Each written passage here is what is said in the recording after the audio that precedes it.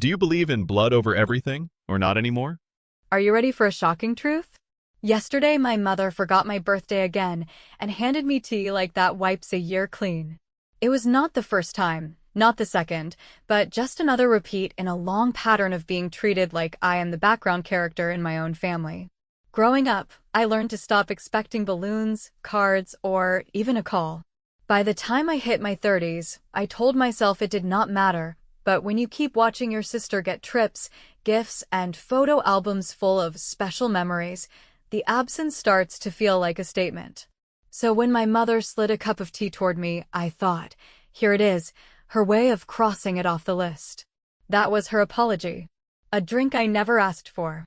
I looked at the cup, and instead of lifting it, I turned and placed it in front of Chloe.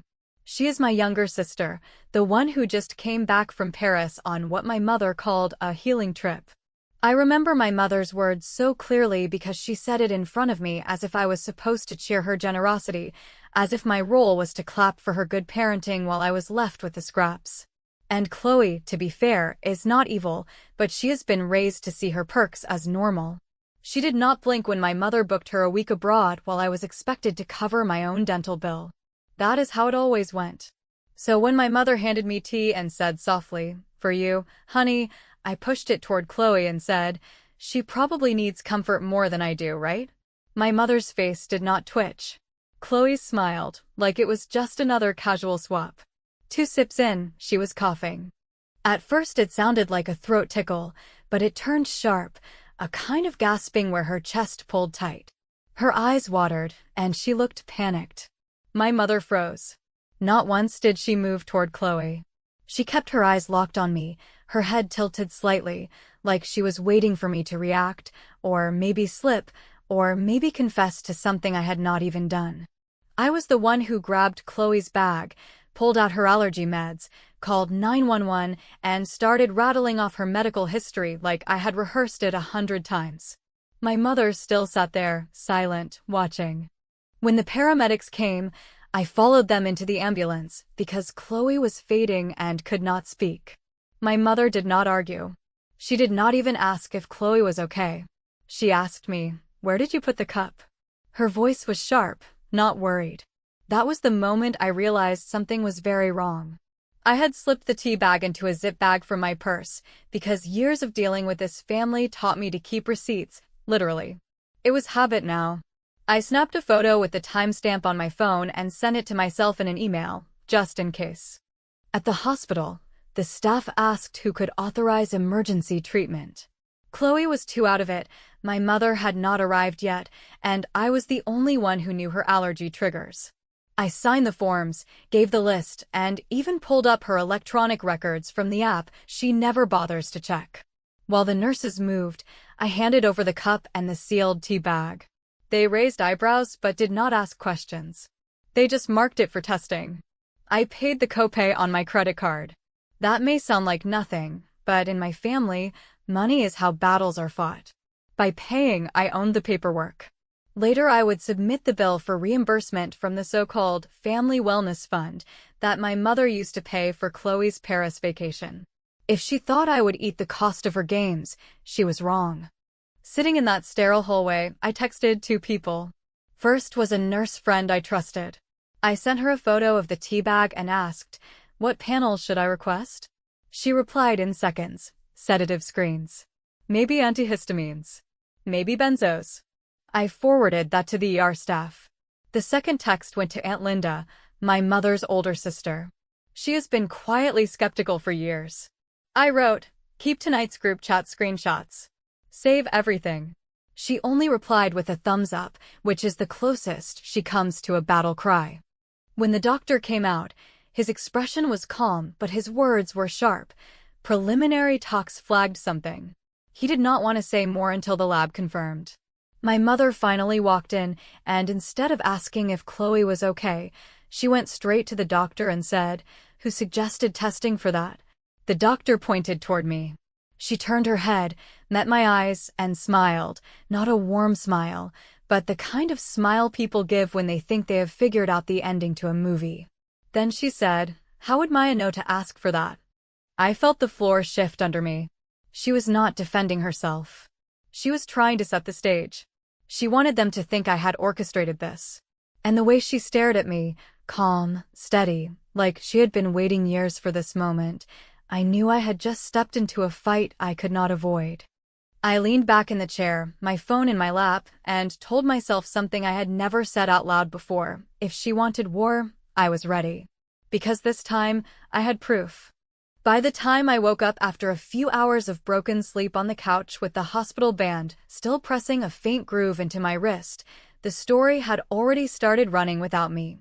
Because that is how it always goes in my family and in our town, where people pretend they hate drama but somehow live inside group threads like it is a second home, and I could see it in real time as my phone kept lighting up with church circle messages, neighborhood chats, and the extended family thread that my mother manages like a public relations channel, where she had already shaped a tidy version in which I was the overreacting older sister. Chloe was a fragile girl who was pushed past her limit. And the tea was just a misunderstanding that only a jealous person would try to turn into a scandal. I sat at my kitchen table and read every line twice because I knew if I answered in anger, I would play into a role she had written for me long ago, the difficult one, the one who ruins nice things, the one who demands receipts as if accountability is petty. And I told myself to act like a person who knew this was not about feelings, but about proof. So I opened the shared family folder where my mother stores her big gestures, and I pulled the document she loves to flaunt, the wellness fund rules. She typed up last year, the same week she forgot my birthday and sent Chloe to Paris for what she called a reset, and I scanned it to a clean PDF with the title line she wrote in her own pointed style, equal distribution. Then I went to the family thread where relatives were already offering prayer hands and soft condemnations about how some people cannot stand to see others happy. I did not explain or justify or spill details about the hospital because I did not owe anyone more words than were necessary. I posted a single file and a single sentence that read more like a ledger entry than a rant, stating that last night I paid the emergency copay for Chloe's treatment on my personal card and that, for the policy my mother created and signed, I would be submitting the expense to the wellness fund for equal reimbursement.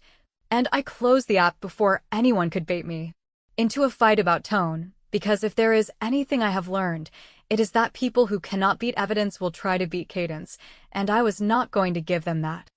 The reaction was instant and loud in that oddly polite way where people perform concern while poking for gossip, and cousins I had not seen in years were suddenly experts in medical testing, while a woman from my mother's Bible study wrote that our family had been under spiritual attack and that negative personalities were opening doors, which would have been funny if it did not sound like a coded warning directed at me. Then Aunt Linda stepped in with a message that landed like a small hammer. Wrapped in cotton, a short reminder that the policy promised equal access to funds for both daughters, followed by a simple question about whether any previous reimbursements had been approved for me in the last year. And the thread went quiet for a long minute that said more than any sermon. My mother tried to pivot with that soft, performative tone she uses when she wants to sound above the mess, saying the fund was always meant to be her gift and that she handled it with discretion for the good of the family. Which might have worked if we were all still teenagers, but it hit wrong with people who pay their own bills and understand that gifts used like leashes are not gifts at all. I did not engage, because the point had been made and I wanted it to sit there. A calm line of ink. That did not need my voice to explain it. While the chat simmered, I sent a private message to the hospital portal requesting that the retained sample from the cup be screened for the panels my nurse friend had listed. And I attached the phone photos with their timestamps to the request because I wanted the chain of custody to look like the inside of a locked safe. Then I went to my email and wrote to myself again with the subject line that would be hard to miss later: the tea, the bag, the stare, and I pasted a short timeline starting from the moment my mother placed the cup in front of me to the minute the paramedics closed the doors with Chloe on oxygen, and that act alone made my breathing even out, because putting things in order is the only way I know to pull myself back from panic. By late afternoon, the family thread had morphed into a predictable chorus about forgiveness and how families should not involve outsiders, which is usually code for do not call anyone who can hold us accountable, and while they were busy polishing their halos. I opened a new message to Detective Rivera using the information card he had handed me years ago after a neighborhood incident, and I wrote that I possessed the cup and the bag tea, that the hospital had kept samples, that I had timestamps and photos, and that I wanted to know whether suspected tampering leading to an allergic crisis was a matter for law enforcement even when the victim survived. He replied faster than I expected with a direct answer that did not leave much room for interpretation, telling me that deliberate food or drink contamination is a criminal matter, that allergic reactions caused by adulteration count even when they do not lead to fatal outcomes, and that he would need both me and my mother to come in to give statements and surrender the items for proper logging. I stared at the screen long enough for the blue bubble to fade before I forwarded his note to Aunt Linda with a single line asking her to keep backing up the group thread, because I had a feeling that the second the word detective appeared, the tone of the family would shift from soft judgment to frantic damage control, and I was right, because within minutes my mother posted a public message on her social page asking friends to pray for our family during a time of betrayal, promising the truth would come out soon and that she would speak when the time was right, which was a masterclass in signaling innocence while implying that I was the aggressor. And I almost laughed because it was so on brand for her to try to build a congregation before there was even a sermon. Still, I kept my response private and spare, because I had already made the only move that mattered that day. I texted the detective back to confirm I would bring the cup, the sealed bag, and the printed policy with the equal distribution line. And I asked him a question that has been sitting in my throat for years, whether it would be useful for him to have older incidents where a similar pattern might have occurred, like the time our grandmother had an odd sedative reaction when my mother was controlling her pills, and he said that patterns matter more than people think, that timelines tell stories that emotions can only muddy, and that he would be ready to listen when I arrived. Which felt like the first clean breath I had taken since I watched my mother smile in that hospital hallway and ask the doctor how I knew what to test for, because now the story was no longer just a thread for neighbors to peck at. It was a file number with a place to put the truth. When I walked into the station the next morning, I had rehearsed in my head every possible way this could go wrong, because I knew my mother would not arrive unprepared, and I knew she would spin her silence into sophistication and my detail into obsession. But I reminded myself that obsession is what keeps people alive in families like mine where patterns are dismissed until they end in a headline. So when Detective Rivera greeted me with a plain nod and asked if I had brought everything I mentioned, I set the sealed bag, the printed timeline, and a folder of scanned policies on the desk in front of him and told myself that I was not here to make anyone believe me through emotion. I was here to hand them a stack of facts that would outlast my tone. The interview began with the basics: where we were, what time it happened, how many people were present, and what I noticed before Chloe began choking. And I spoke slowly and evenly because I wanted every line to land with the kind of weight that cannot be brushed off later as exaggeration, and when Rivera asked why I had thought to preserve the tea bag, I told him plainly that I have lived long enough in this family to understand that if I do not carry my own receipts, someone else will decide the ending for me, and he paused and nodded like he had heard that from others before, which gave me more courage than any sympathetic look could. I explained the stare, the silence, the way my mother did not rise from her chair while Chloe gasped, and I described how she asked me about the cup before asking about her own daughter's breathing, and the detective's pen did not slow down once, which told me I was not imagining the importance of that sequence. Then he asked about motives, and I laid out what I could without turning it into a personal rant, that the family wellness fund was supposedly equal, but had only been used for Chloe's trips and comforts, that my mother managed it as if it was her personal purse when in reality most of the deposits came from me and Aunt Linda under the impression it would be shared fairly, and that any time I asked for transparency, I was painted as jealous, difficult, or bitter, which would have been laughable if it did not carry such real costs. At one point Rivera asked whether there had been similar incidents in the past, and that is when Aunt Linda, who had come with me for moral backup, slid a slim folder across the desk containing notes she had kept from years earlier when our grandmother developed sudden sedative reactions under my mother's care.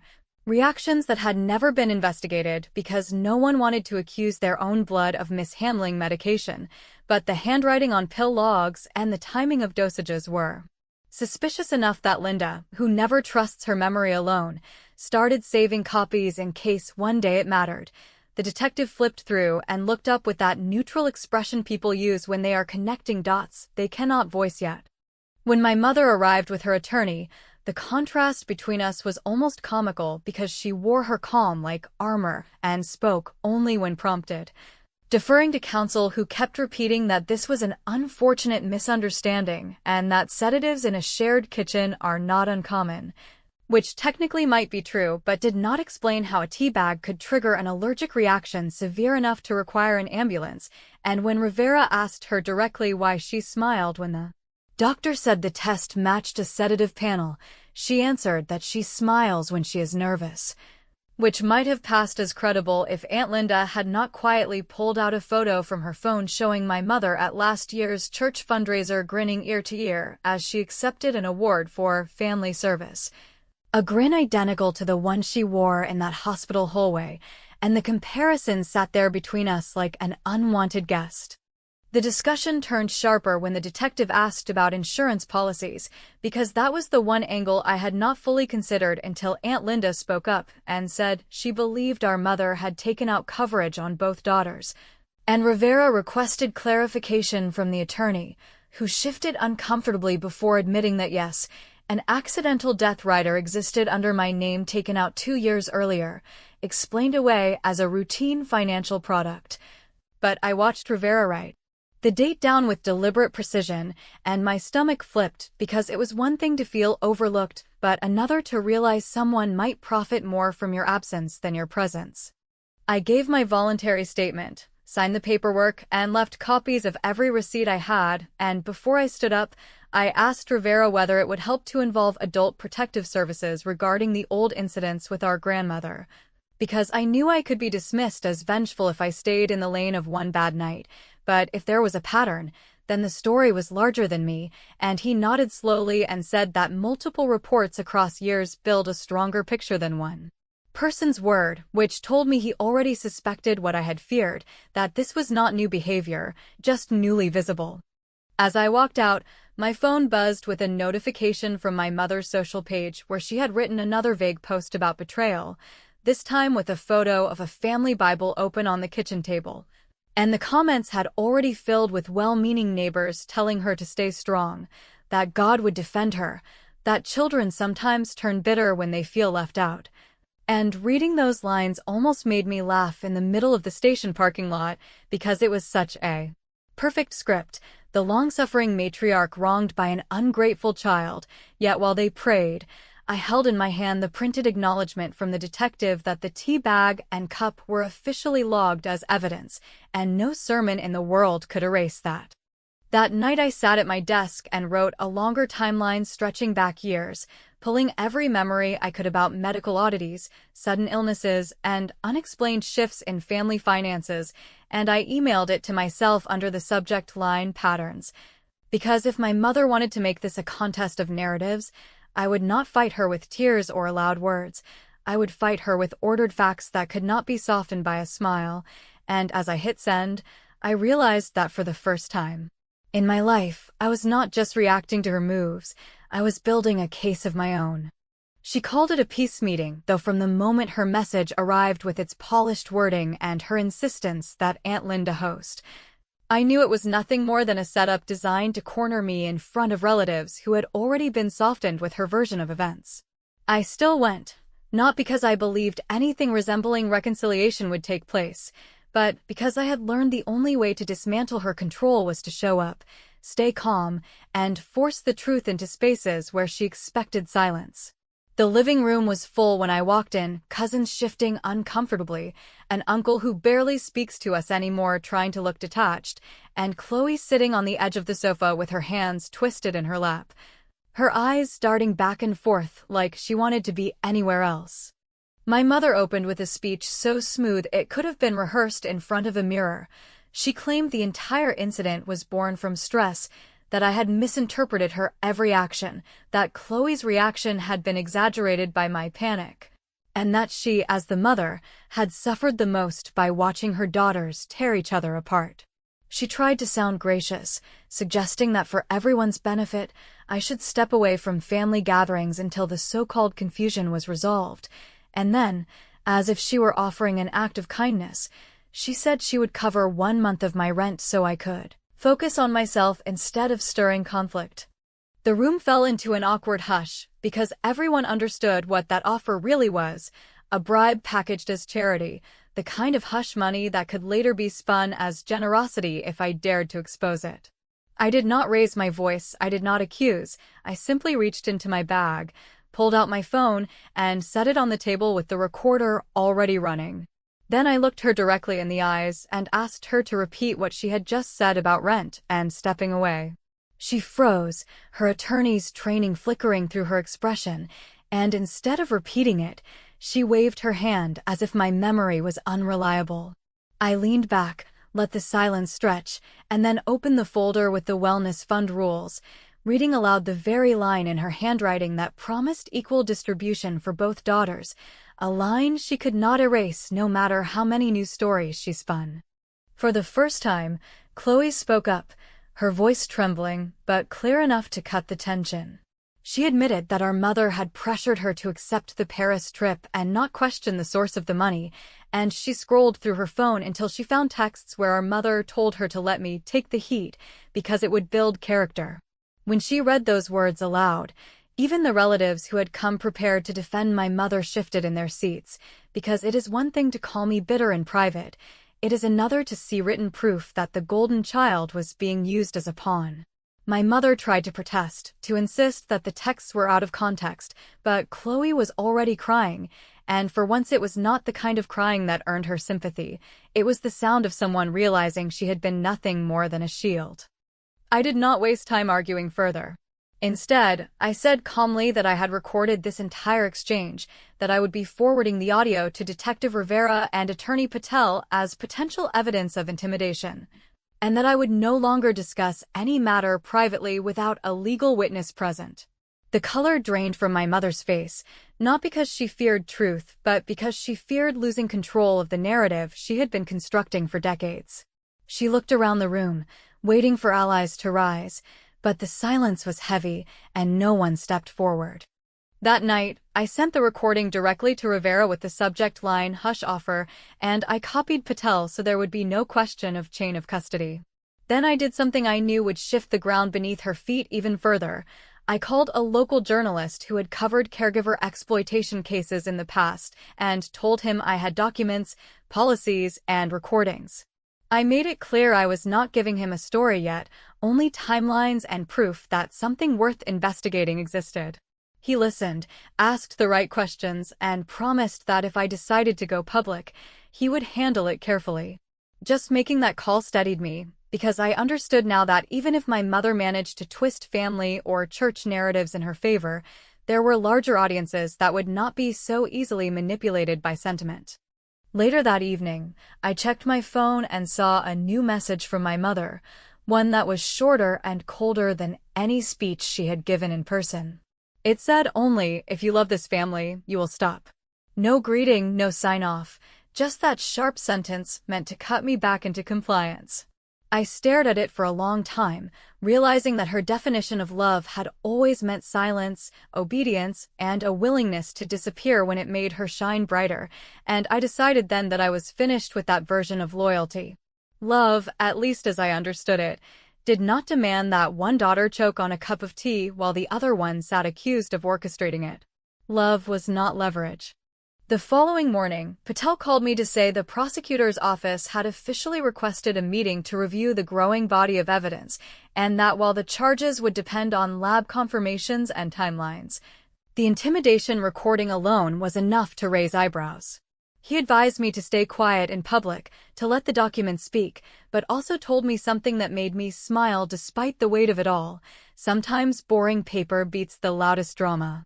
Hearing that was like someone sliding a key into a lock I had been rattling for years, because I finally understood that the strength I had built, the habit of collecting every receipt, every text, every date, was not paranoia. It was preparation. So while my mother spun stories on social media about betrayal and broken families, and while neighbors shook their heads about how sad it was to see daughters turn against their mother, I held a quiet arsenal that no performance could erase. And I knew the next move would not be hers to script, because for the first time in my life, the spotlight of proof had shifted squarely onto her.